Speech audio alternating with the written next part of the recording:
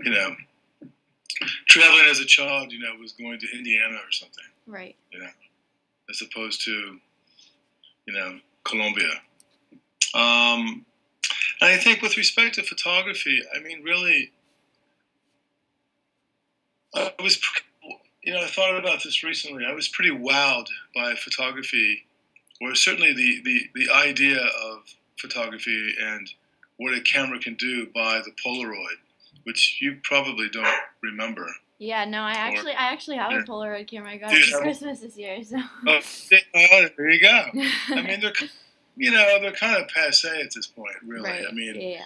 I'm amazed that you got one, actually. Yeah, I think they're making a comeback. Comeback, yeah. Because when I was a kid, everyone had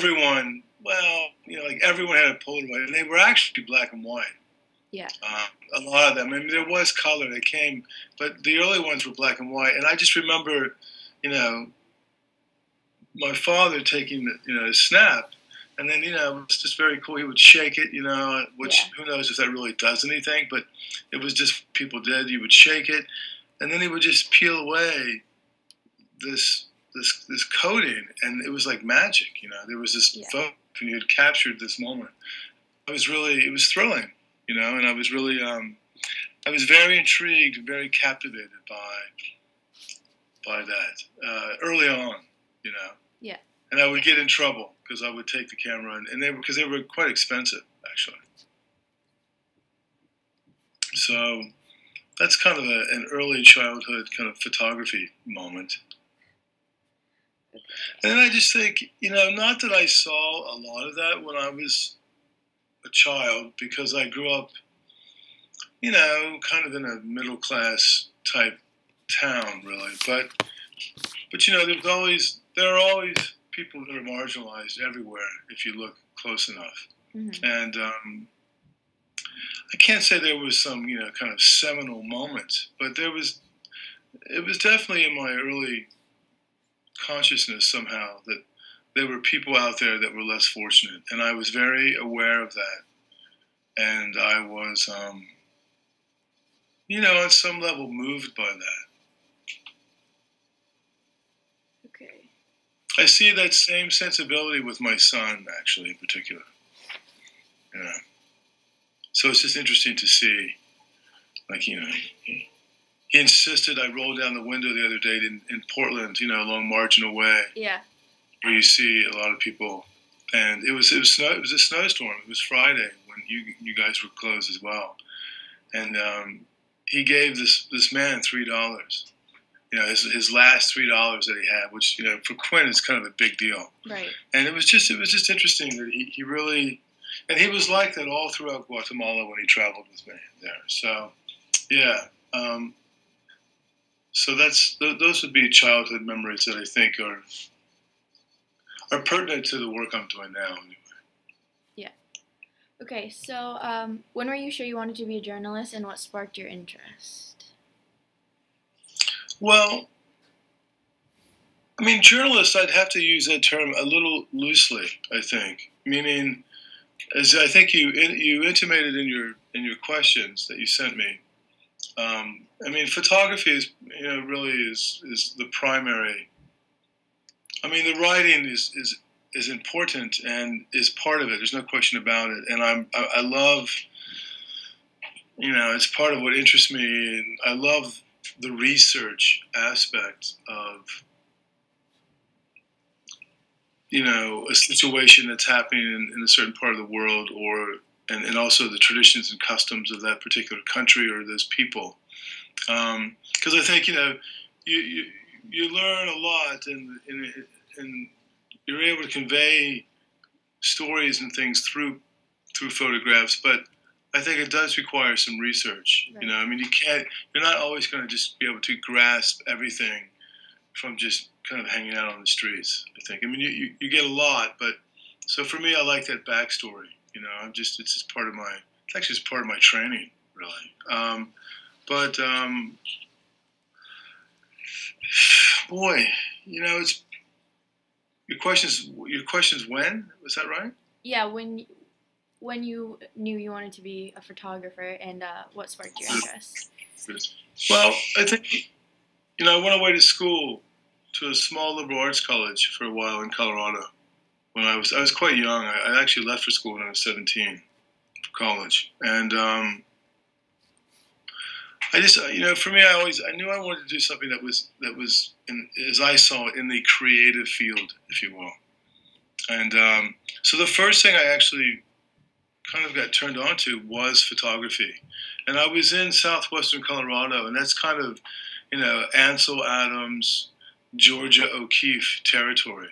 That whole, because it was very close to the northern New Mexico border, and they spent a lot of time in that area.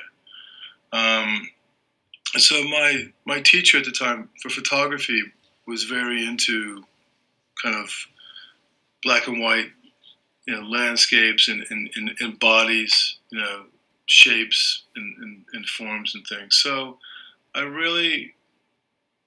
was really where I kind of, fell in love with photography, was there when I was quite young, actually. So I studied there for a couple of years, and then I went on to NYU and went to film school at New York University. So for the longest time, I was really working in film as an editor. And I worked on really all kinds of different things. A couple low-budget features, a lot of commercials, music videos. Really I cut kind of almost anything and everything, really. Mm-hmm. But toward the end of my career, I worked a lot on documentary work. And I found, for me, that always felt right for me. I guess I've always read nonfiction type material. That's really what interests me. So it made perfect sense to me that I was, really gravitating and seeking documentary work. And then I made a documentary with a friend of mine. And so I would say that, the photography thing, I've been shooting photography since for, almost 35 years. Yeah. But professionally, really, really kind of going for it, it's really quite recent. It's only been the last 4 years that I've really taken it very seriously. And really have been kind of pushing. So for me, it's almost like sounds a bit cliche, but it really is kind of a circle for me, really. I kind of started there, did a lot of film work. I was the teacher for almost 6 years, and then I come full circle, if you will, back to, and it's interesting, a lot of people who know me more for, someone that was involved with film, they're constantly asking me, are you shooting some film? Like when I was in Europe, they're like, oh, are you shooting some film as well? And my answer is no. I'm really not. Not because maybe I will do that, but I'm finding photography actually much more challenging, and in a way much more interesting is the wrong word. I find it challenging, and I like the solo aspect, I guess is what I would say.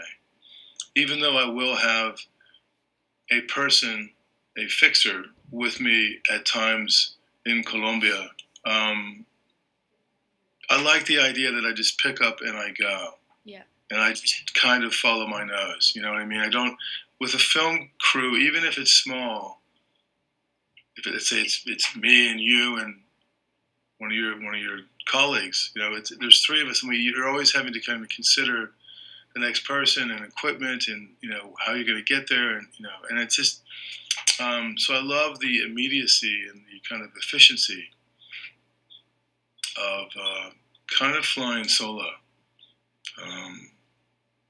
And then there's just the power of photography, especially when you really get the photograph. So I think you had a question in here. What is it about photography that you feel? I think something like you're after or something. And to me, it's being able to with one frame illuminate a story. Really, ultimately that's the goal.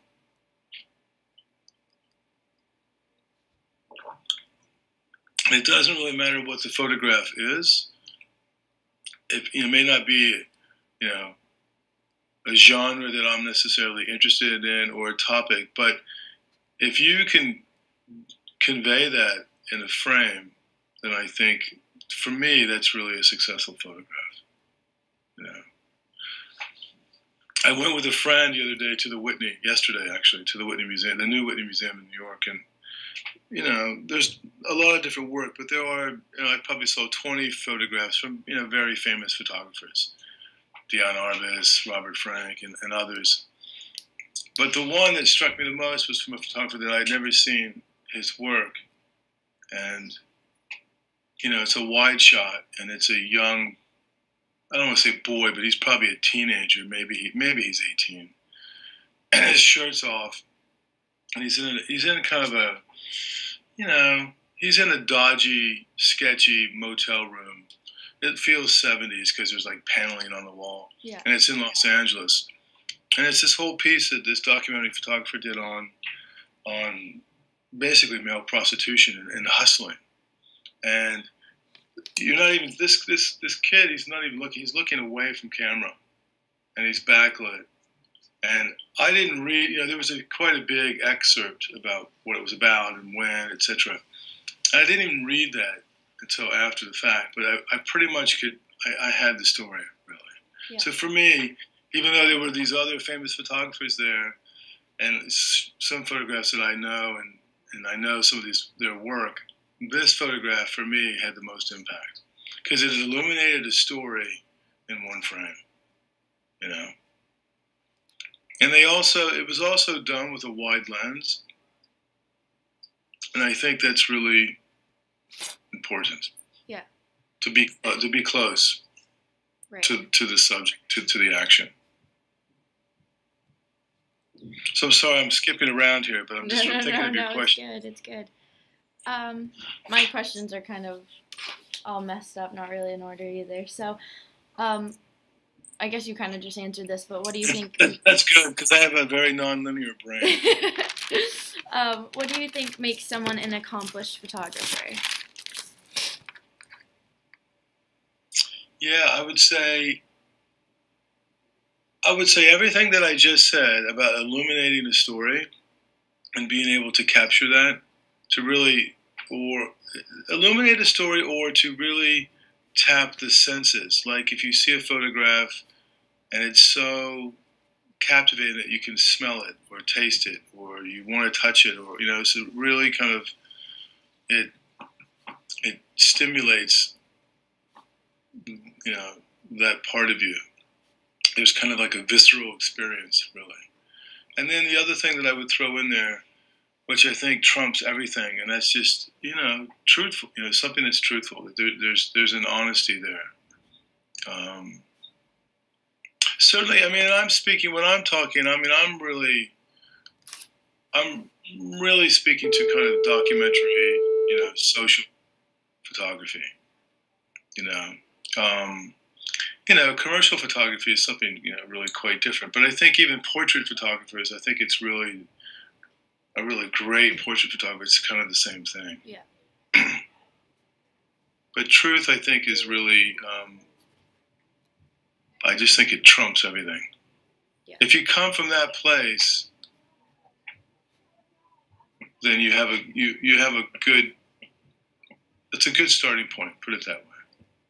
Doesn't necessarily guarantee you're going to get the photograph that you're after or that you need to get, but it's a good starting place. Yep. So I guess you kind of already answered this one too, but what do you feel that photography is able to portray that words are not?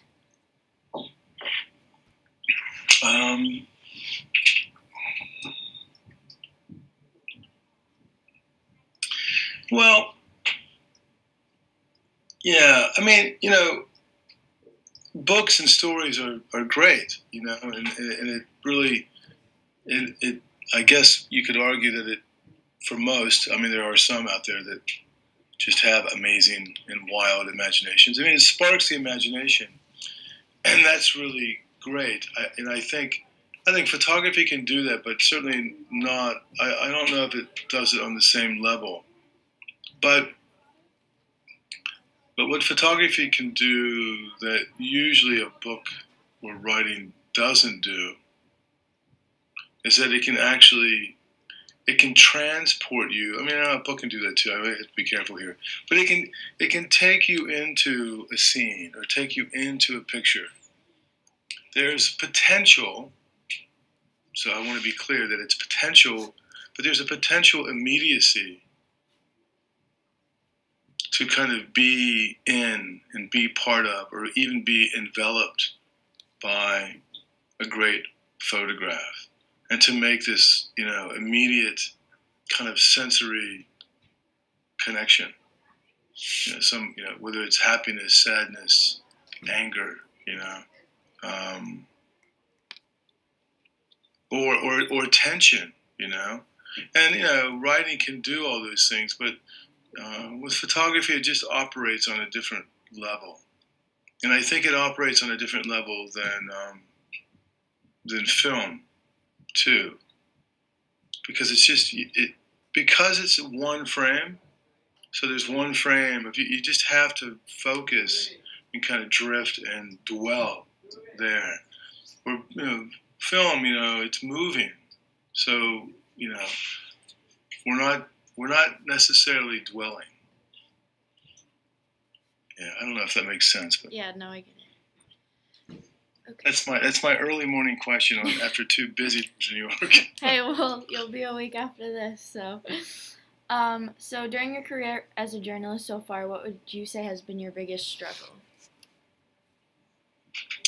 Well, I think the biggest struggle is to for me right now. I mean, someone with more experience, or my experience as a film editor and working in film and directing a couple things, and certainly done a lot of producing, has certainly helped me. But because I was doing something different, related but not the same,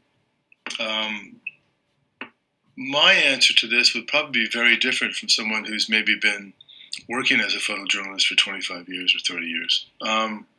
But I think for me, it's really about getting the work out there, and it's a field that a lot of people are interested in. There's a lot of competition. And I also think, I had a friend of a friend I spoke with about my work recently, and her father was a very famous photographer. So, and she's, for a long time, was a photo editor for the New York Times. So she's, she's seen a lot of photography. And, I think, for me, I have to be very clear what my work is, because I feel like, and I'm going to explain this to you, and I think it'll make sense for you from what I showed your school, you guys, right? But the refugee work that I did in Europe, so Syrians and different people from different parts of Africa and other parts of the Middle East. That was a bit more of a. It was a bit more of and the approach was broad, and it was really me covering the crises, right? And I was moving, as I explained to you guys, I moved a lot. The Colombia work is really, the goal is it's really much more in-depth work, where really I'm going to actually live with and dwell with these people, it's just the idea is just to kind of really immerse myself. So I think, for me right now, the challenge is really being very clear and focused as to what my work is. It doesn't mean it can't change and shift, but I think it's, unless you're at a certain level, unless you're at a certain part in your career, I think it's actually really quite hard to do that. you really have to find, and I guess for me, it's taken me a while with the stuff I shot in New Zealand, Guatemala in particular, the stuff in Europe, and then now Colombia, to really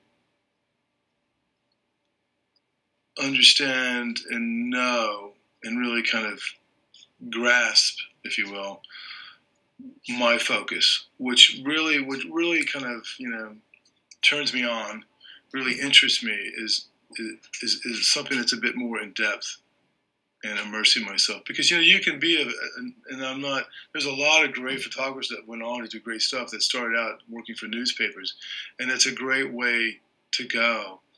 But a lot of the photojournalists that I saw in Europe in particular, who were working for big papers, the Times, Washington Post, The Guardian, or Reuters, or the Associated Press, etc., they're covering, the moment where, Haley, the volunteer worker, marches 40 miles with 5,000 refugees to make a stand about blah, blah. I mean, they're capturing that moment because that photograph's going to be on the cover of the New York Times. Yes. And that's great, but that's a different focus than really what I'm after. So to circle back to your question, I mean, you kind of said, what's the struggle, or what's the, I think it's really, you have to kind of figure out what your voice is and what you're after, and then go for it. And that's not, but we all have to be practical too. I mean, right? Yeah. I mean, you have to eat, pay rent, or your mortgage, or your car payment, or whatever it is. Student loans, which will be coming your way probably. So. Unfortunately. I know. I empathize. I had to do it too. I feel your pain. What do you think? Don't make it. Yeah, crossing the fingers. What do you think is the biggest problem in Syria right now? Well, Syria is, it's, as I mentioned when I visited Thornton, I mean, I'm interested in, my interest is with people. I'm interested in people. I'm interested in people in particular, as I mentioned, that live in the margins. So I'm very kind of attuned and like spending time kind of studying and examining, if you will, the human condition and how people operate in different situations, especially when there's kind of a marginalized aspect. Syria is a really great example of that. I mean, any war-torn country is obviously, a very good example. But in this particular instance, since you're asking about that, it's just, it's all the things that you would think of. It's power, it's greed, and it's unfortunate, but it's just a recurring problem in the world over and over and over again. And you've got Russia, who's aligned with the Assad government. They're certainly, I don't know if aligned may be a bit strong, but they're certainly backing him. They're not interested in, pushing him out. Whereas Western European countries, certainly the United States, would love to see his ouster. Then you have warring factions with, it's not just ISIS, really. I mean, obviously they're an ugly part of the puzzle, and they have their own ideology. So, you kind of have all these factions with these ideologies that somehow get a bit twisted. And, it was just announced last night in the New York Times between our Secretary of State, right, Kerry, and his counterpart, the Russian version of Secretary of State. I can't remember his name. But, they've just announced an agreement, and they're going to try to implement a ceasefire. And, the idea is to really get aid to these people, on the ground, and really try to. And, I'm hopeful, but I don't want it to be seen or sound as a pessimist, but I'm skeptical. I'm skeptical that it will last, and I'm really skeptical that it will really have any effect. I'm hopeful that it will help the people on the ground. But I just think it's a very complex situation with a lot of different interests. And at the end of the day, it's not just, religious ideology. It's because it's money. And I've studied it now for almost a year in Colombia. And to be honest, Haley, it's actually not that different, really. Colombia, the situation there is very complex. There are all these different factions. There's a lot of corruption and twisted, ideology that's gotten diluted over the years. And now it's about money and power and greed. And it's kind of hard to see that, I feel like it just keeps happening over and over, but that's part of the human condition, right? I mean, it just is. And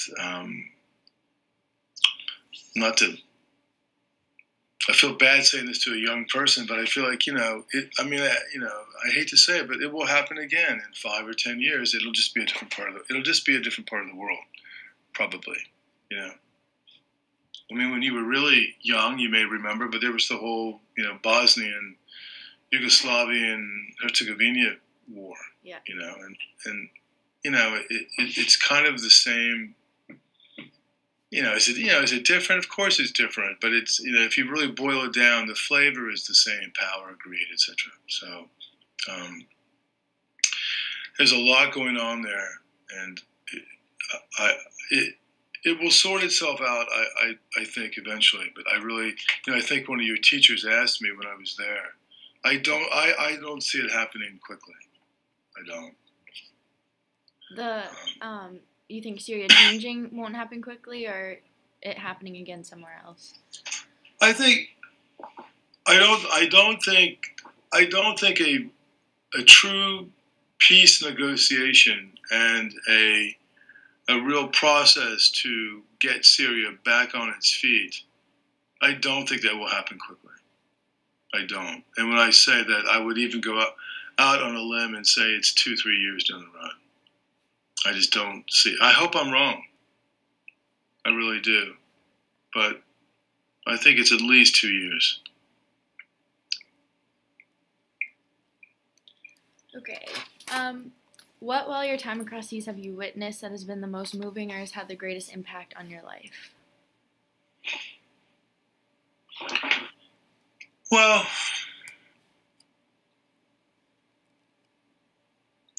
they're all moving, really, which is why I feel like I keep going back for more. And I keep kind of discovering, I've started this little project. I'm not going to talk too much about it because it really is in its infancy, but it's much closer to home. It's in Lewiston.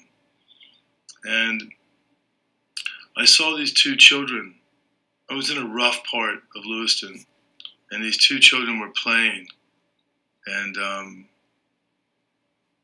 they were filthy, and I just was really taken. I was just very struck by that, and then struck by the fact that because they're children, so they were completely, uninhibited, and they weren't worried about that. And it's not uncommon that a couple kids that could be from perhaps an affluent family could be dirty and messy. But I could see in their clothing and in their shoes, and just, I could tell that this was quite common for them. And I was really struck by that. Partly because I think a lot of times I go far away to do some of the work that I'm interested in doing. And this was, I'm a little north of you guys. And this is 35, 40 minutes from my home. Mm-hmm. So,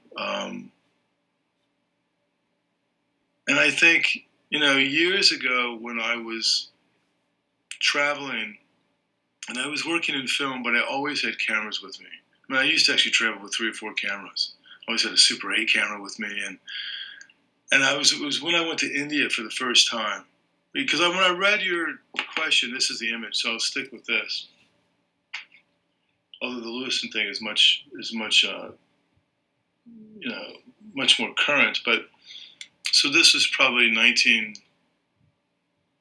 Well, I'll tell you exactly when it was. Actually, I take it back. It wasn't my first trip to India. It was my second trip to India. It was right after 9/11. So it was October 2001. And I was along the Pakistani border with India in a town called Jaisalmer, which is spelled Jaisalmer. Jaisalmer. It's a beautiful town. It's this old fortress that was built out of sandstone. And when the sun sets on it, it's stunning. And that's exactly what the situation was. It wasn't dusk, but it was late afternoon, so it was like 4 or 5 o'clock, low sun because it's wintertime. And there was this, not a big hill, but there was like this hill. And it was kind of like, I don't want to say it was completely made of garbage, but it was like this huge mound of garbage, and just strewn all over the place. And there was this little boy on top of this hill in this garbage, completely naked, with one of his fingers or a thumb or something in his mouth, just kind of walking around. And I looked around, like, I just scanned the area like a complete 360. And there was no one around. When I say a little boy, maybe I'm not being clear. This was not, maybe I should say, I'm not sure, a toddler. So it's a toddler. This kid was, I don't know, under 2 years, easily. And I just thought, I don't know, that really, really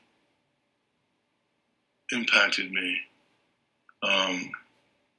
I was not a father at that point, so I wasn't a parent. And I spent the next hour just waiting around to see if someone was going to collect this child. And, yeah. Did anyone end up coming? Yeah, eventually, look, I'm assuming, a family member, his older brother, who was actually quite a young kid himself, but he scooped him up and off they went. But it was just so striking that he was just left out there. And, yeah. Okay. What types of questions do you ask the refugees and other people that you speak with? Well, the first thing I do, actually, is I actually don't ask them a question. So that's actually what I don't do. So to answer your question, I actually do the opposite. I introduce myself.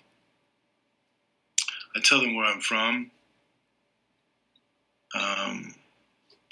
I'll usually tell them a little bit about what I'm doing, so they have an understanding, so they don't just start making assumptions that I'm, from a newspaper or magazine, and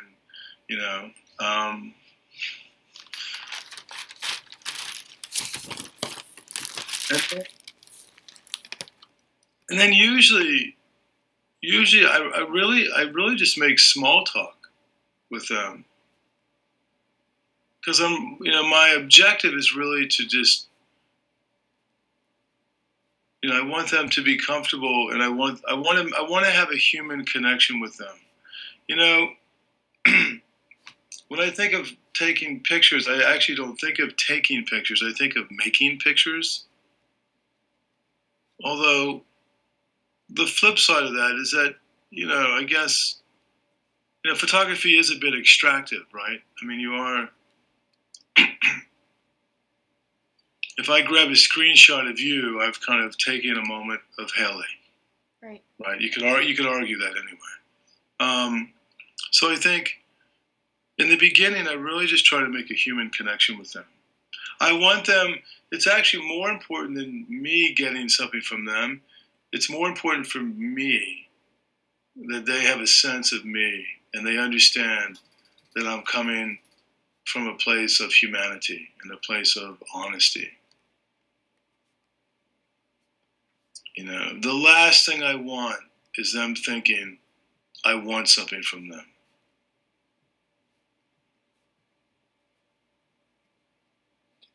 Okay.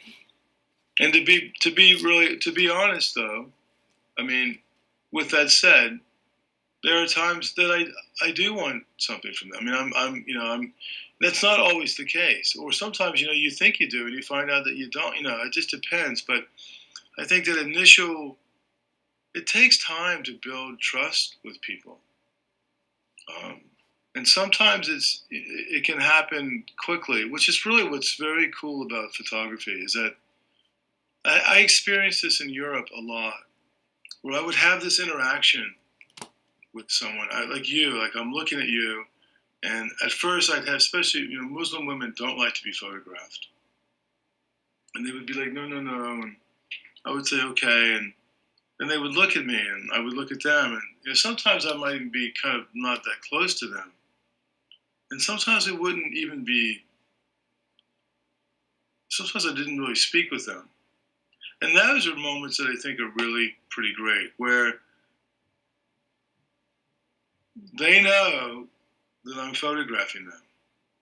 And they kind of, they allow their guard to be down and they kind of invite you to photograph them. And there's this unspoken language that happens. And it's really quite cool. And I can think of 3 or 4 photographs, none of which I showed, I don't believe, at your school, where that actually happened.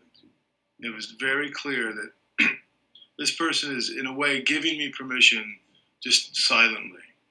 And so that's another thing that's quite interesting that happens with photography that really usually doesn't happen with film, because, you know, you've got someone with audio and you've got people, and, you know, it's just different, you know. And, you know, the smaller the camera, the better too, and the smaller the lens. Mm-hmm. Yeah. What do you find as a source of inspiration for your work? The human condition. I mean, it's really that. It's people. You know, the human condition really inspires me, and people fascinate me. You know, they intrigue me, and you know, I think I've mentioned it already. You know, it's just, you know, in particular, people in the margins. It doesn't always have to be, but in particular, you know, I was with a very dear friend of mine, and she travels extensively, and she was just in Japan, and she was in Tokyo, and she was telling me how beautiful Tokyo is, and it's really clean, and the design element there is amazing, and the subway, you know, it's like it's all this amazing design. It even trumps Paris, and she was telling me all these different things, and you know, like, you know, that you can go into a bathroom and it's completely spotless, and it's just, you know, it's a very clear kind of sensibility. And I said to her, "But did you find any divey parts of Tokyo?"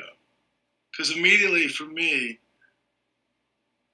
because I haven't been to Tokyo, immediately for me, that's probably what would really intrigue me, especially in a place like Tokyo, where it is very clean and very, you know, very kind of, you know, well thought out and designed. And, you know, some of the towns in Austria and Germany are like that. You know, they're very tidy and it's very well designed. It's very organized and orderly.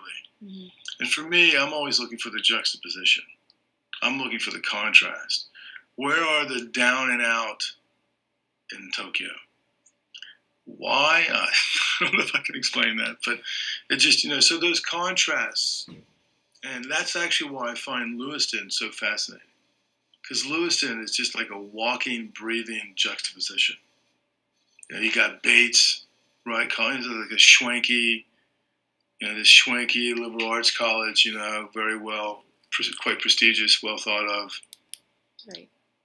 You've got clearly this old town that's this storied, heralded town that has got all this amazing infrastructure from a very different era just sitting there.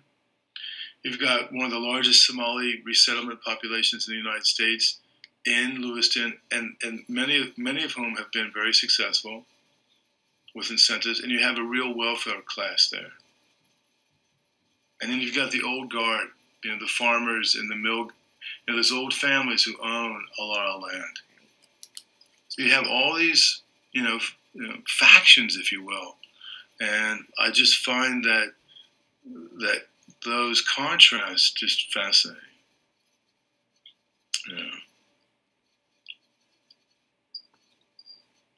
All right.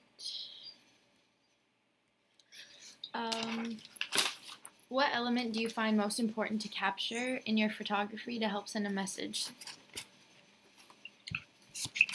I'm sorry, could you read that one more time? Yeah. What element do you find is most important to capture to help send a message through your photography?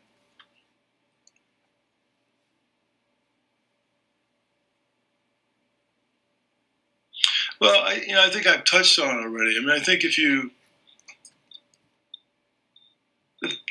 the photograph has to say something for me.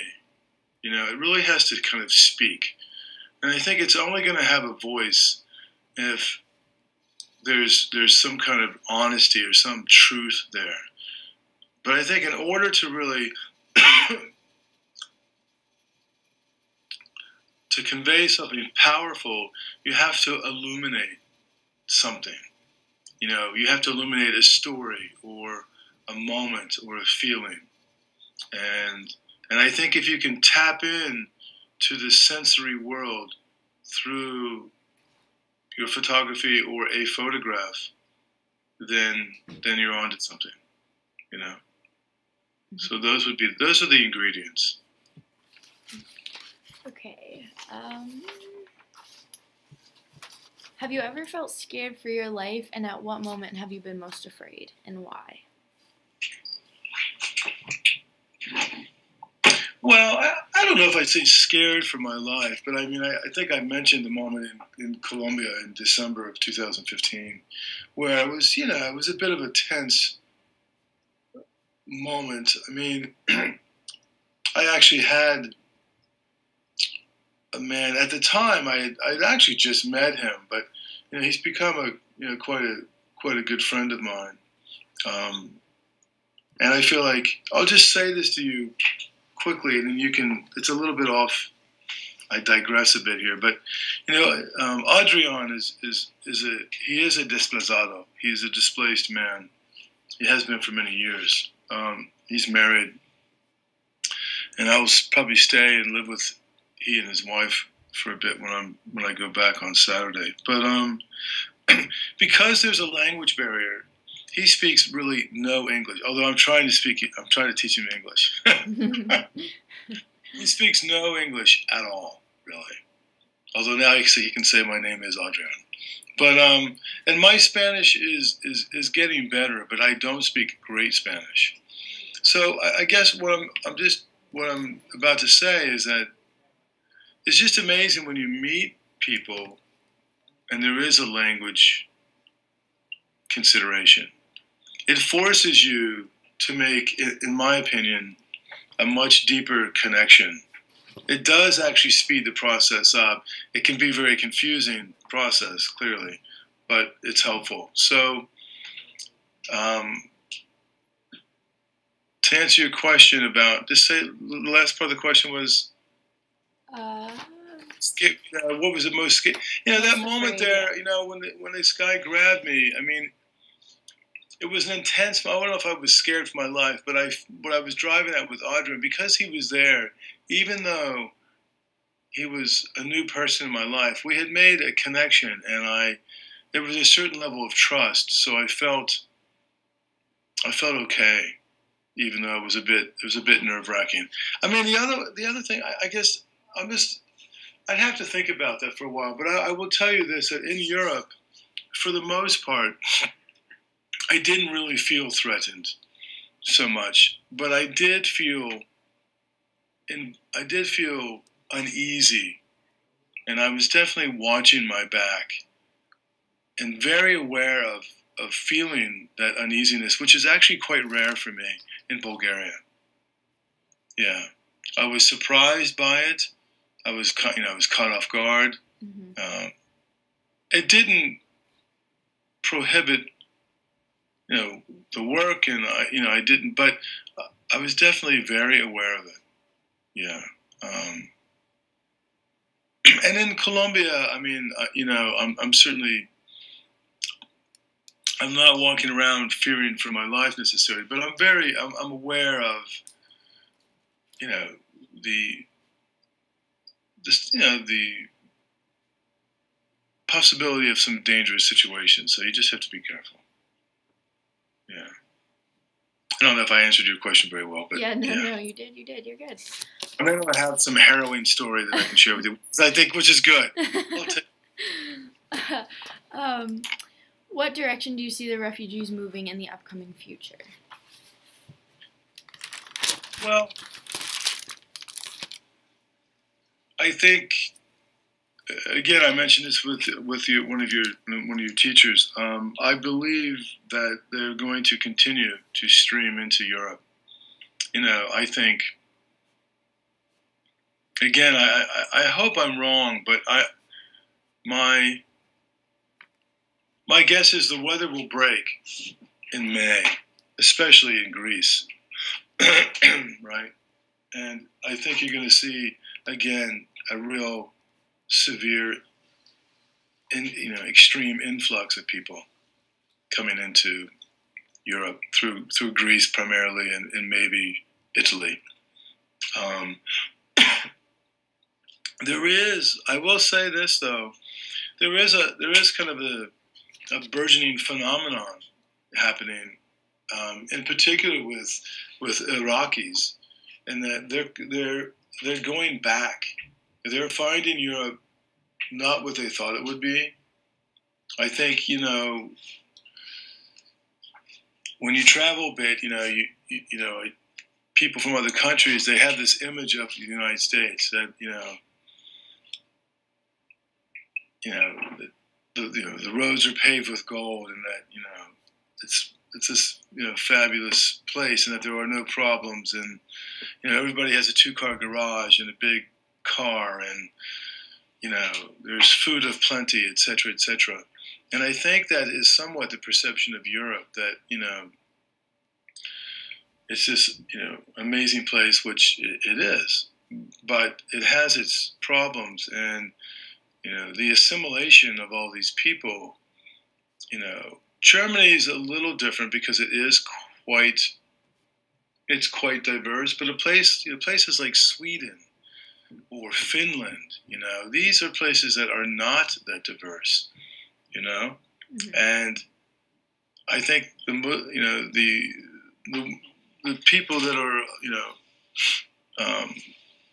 coming from a lot of these countries that are practicing different forms of Islam are finding it very isolated, and they're missing their language, they're missing food, etc., etc. There's a couple articles in the New York Times in the last week about this, and so big numbers like 3,500 to 5,000 Iraqis are actually returning, and it's starting to happen. There's actually, capitalism at its best, people making money on the return trips of the Iraqis. So it's quite, they're coming, and within 6 months to a year, they're very frustrated, As a young man, they think they're going to come and find a wife, because in their culture, it's just part of the culture. It's part of what you do when you're 25 or 26. And it's not really part of the European culture. It doesn't work that way in the Western world, right? So, I think it's quite interesting. So I think, to answer your question in a very short way, I think it's going to continue. I think it's going to continue for 2 to 3 years. All right. What about yourself? What direction do you see yourself moving in? Well, I see myself moving in the direction that I'm going. Where do I see myself moving? I see myself moving to Colombia on Saturday. No.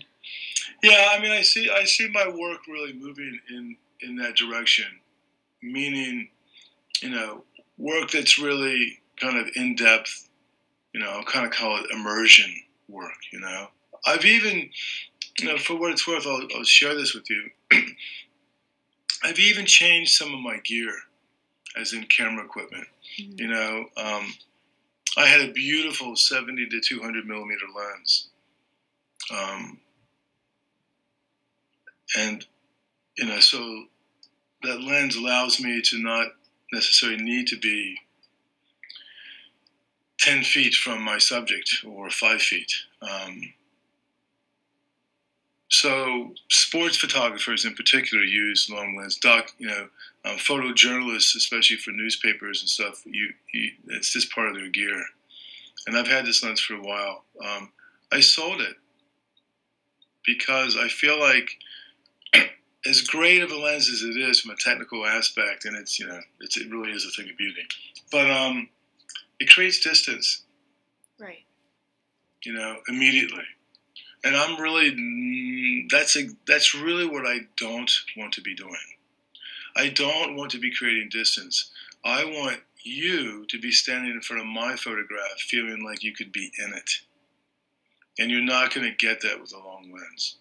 That doesn't mean there aren't times where capturing a portrait is really special and important to the work and can be moving and beautiful and all those things. But so I sold it, and I have a 35 and I have a 24 now that I just added to my. So I really only use 3 lenses really at this point. And I say that to you just because I thought it might be of interest from kind of the photography aspect, but also it's directly related to the work that I want to do. Since your question is what direction, that's the direction I want to go into. I want to go into the direction of where I'm immersing myself with different cultures, traditions, situations that are going on around the world. And I think it's one thing for me just to talk about truth, and I want to be close to the action, if you will. But you also, from a technical standpoint, you do need the right equipment, right, to a degree, right? I mean, these old timers who shot, some of these great war photographers and stuff from like 60, 70 years ago, they had a Rolleiflex camera. It had like one lens. That was it. Right. So.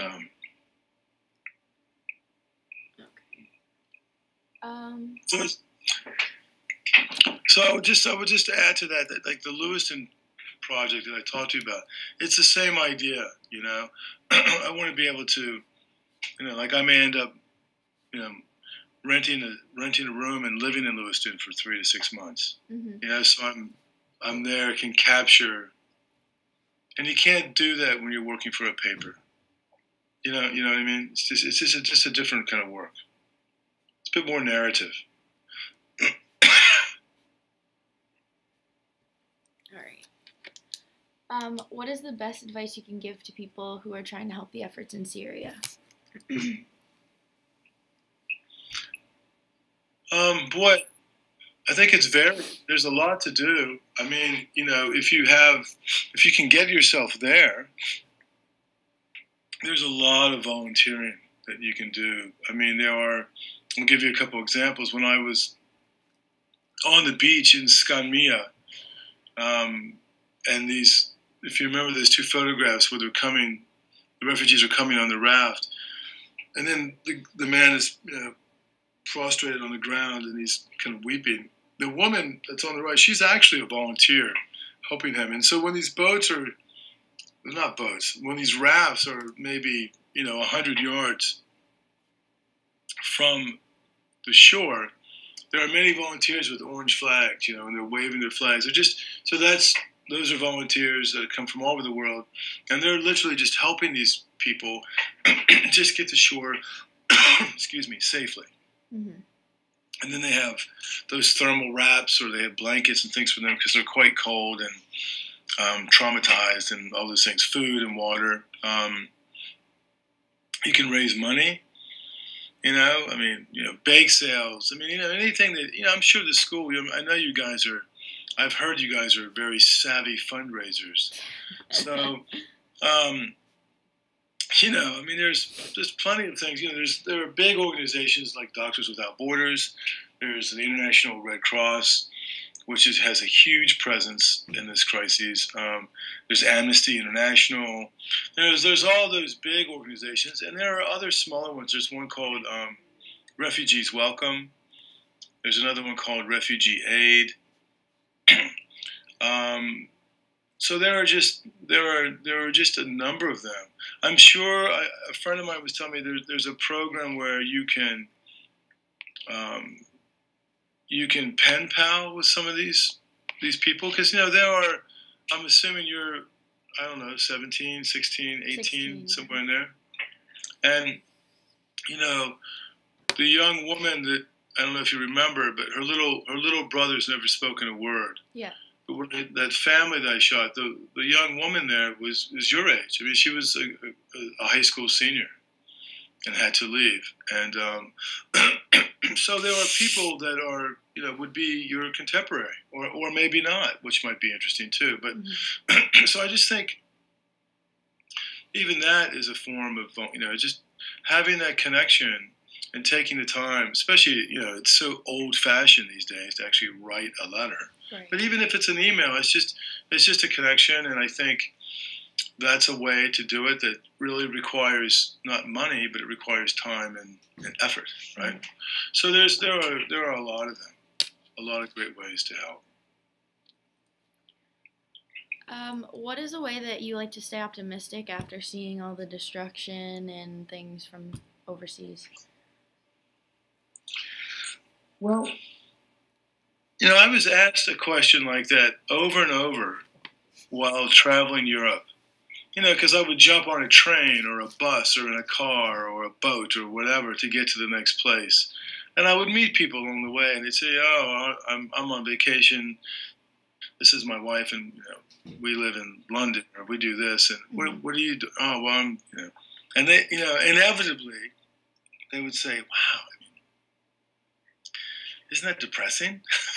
Essentially, that's what they would say to me, pretty much over and over, which is not how your question was worded, but it's the same idea. Is that how do you, and what I found, this wasn't my original response because it was too early on, but what I found was that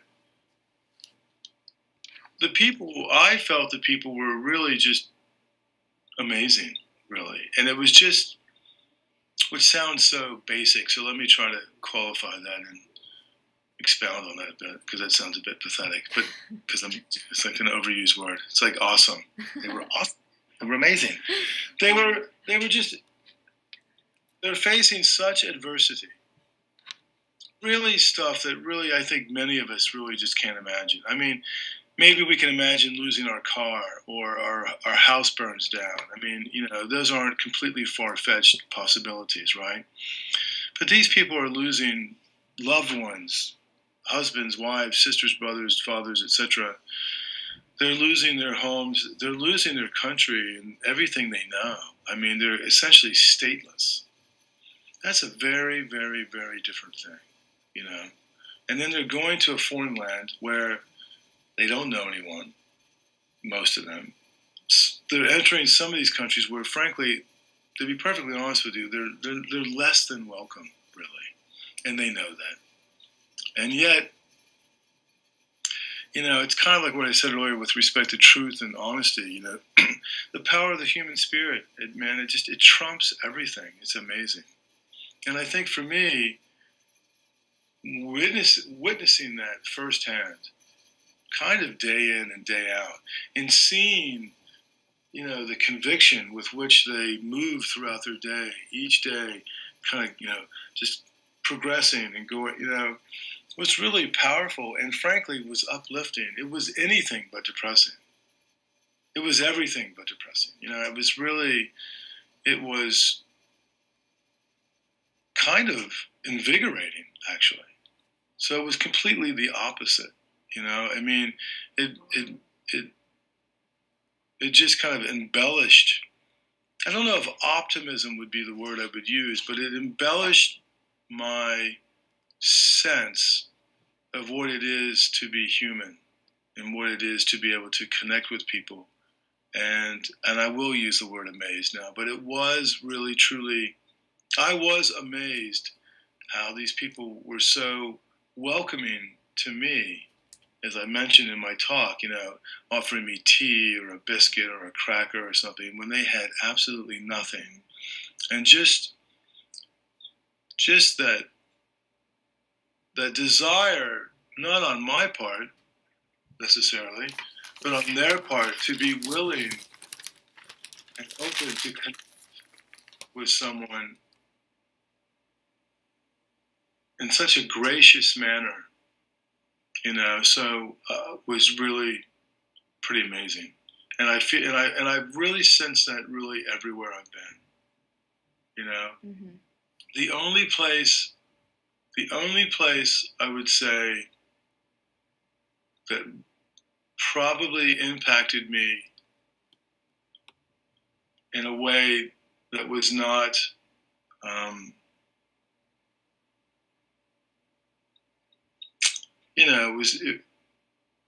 it was not representative of what I just said. It was not an embellishment of what it is to be human. Really, it was actually Bulgaria. When I spent a couple of days at that camp, those pictures, if you look closely, those pictures, those people, you can tell they're languishing there, and they have their sense of hope actually is waning. I wouldn't say it's diminished or it's completely gone, but it's waning, and you can tell.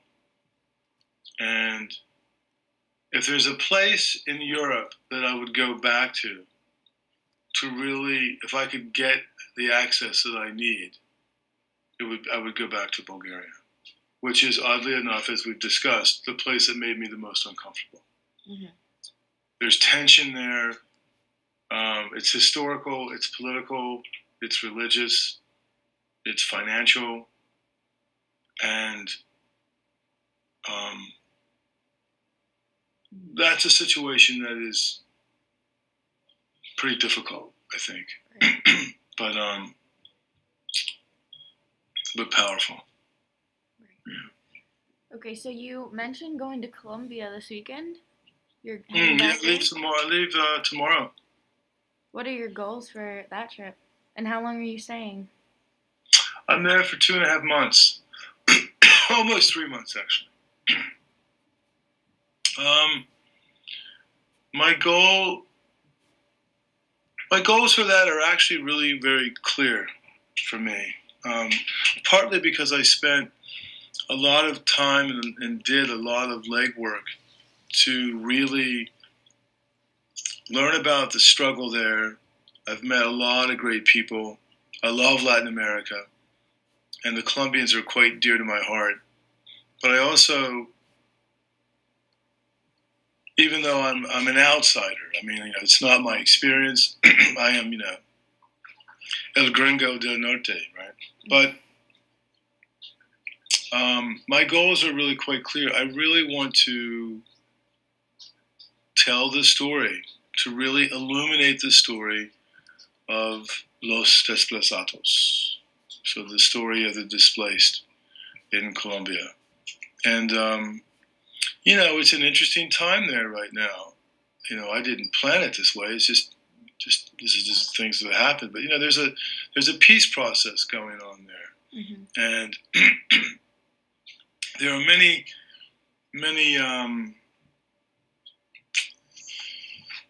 there's a lot of different people with a lot of different agendas. There are a lot of things that are being put on the table that sound really, really great.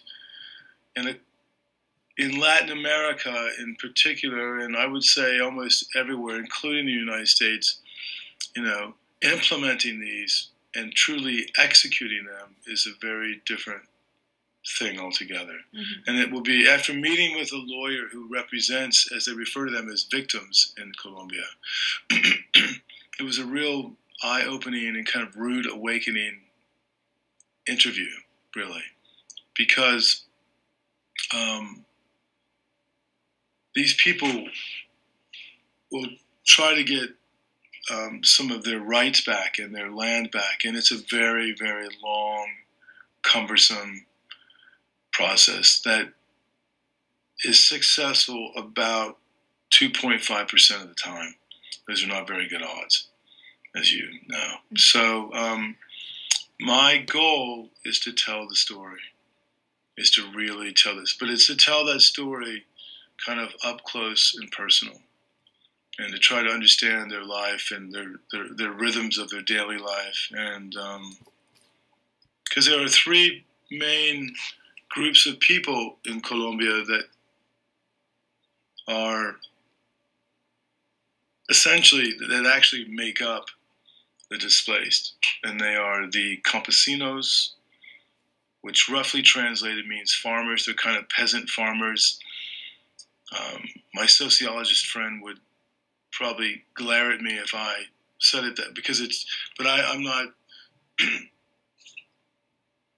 well versed enough yet to explain more about the campesinos, because there's a kind of a history with them. But they're quite an interesting group in Colombia, but they've really been marginalized for the last 50 years at least. And then there are the Afro-Colombians, who were originally brought there by the Spanish from Africa as slaves. And so they are, descendants, and they have their own culture, and they're really wonderful, amazing, interesting people. And then there's the indigenous. There are many, many native tribes in Colombia, and they've also been affected tremendously. So it's really, the project. I don't know if you've, I've got a couple things on this photo fund thing that I'm doing, and I've got something on my website. I'll have more on that because my current projects page isn't up yet. Hopefully it'll be up in a week. But, it's called Zero. So I'll just tell you very quickly. But it's called Zero because Colombian society has been very stratified since the 16th century. So there's a real class structure there. And then the early 80s, it's called estratos, which means, actually, the translation is strata. And the idea was that they would zone areas within Bogota originally and then throughout the country. And it was not a bad idea. The idea was that people would be, 1 through 6, 1 being the lowest, 6 being the highest. So if you lived in zone 6, your basic need, water, electric, gas, etc., would be higher, and you would subsidize the people that were less fortunate, the 1s, the 2s, and the 3s, right? But over the years, what's happened over the last 40 years or so is that it's continued that kind of social structure, that kind of stratified, and it's essentially stigmatized people. Mm-hmm. And so, people don't really, you have these cards, and it's on your taxes, and it'll tell you if you're complete, you're delineated, you're a 1 or you're a 2, and so people kind of live with that, and it's become problematic. It's essentially kind of backfired. So that begs the question, perhaps, why the project's called Zero, and it's called Zero because the displaced in Colombia, they're not even ranked. They're so marginalized, and so you can't say they're forgotten right now because it's in the press too much, but from a societal standpoint, they really are largely forgotten, and there is Zero. And I asked scholars, academics, doctors, lawyers, taxi drivers, bartenders, baristas, you name it, and everyone agreed, including the desplazados themselves, there is Zero. So, the project's called Zero. Sounds very interesting. So that's all I have for questions. All right. Sounds pretty good. Hopefully that was helpful. Yeah, no, for sure. This is awesome. I got a lot of awesome information, and I'm hoping to get some good direct quotes and stuff out of this. So thank you very much. I appreciate it. And I'll make sure to email you a copy as soon as I finish it. It shouldn't take me too long. Usually when I get into a story, it's done in, because I like to just go and get it done. So, yeah, I'll be sure to email you. And good luck in Columbia. I hope your goals are reached, and I hope everything is successful for you. All right, thank you. Thank you so much. All right, Hallie. Send me what you have. It'd be great to see it. I will. Thank you. All Bye. Right, take care. All right, bye-bye.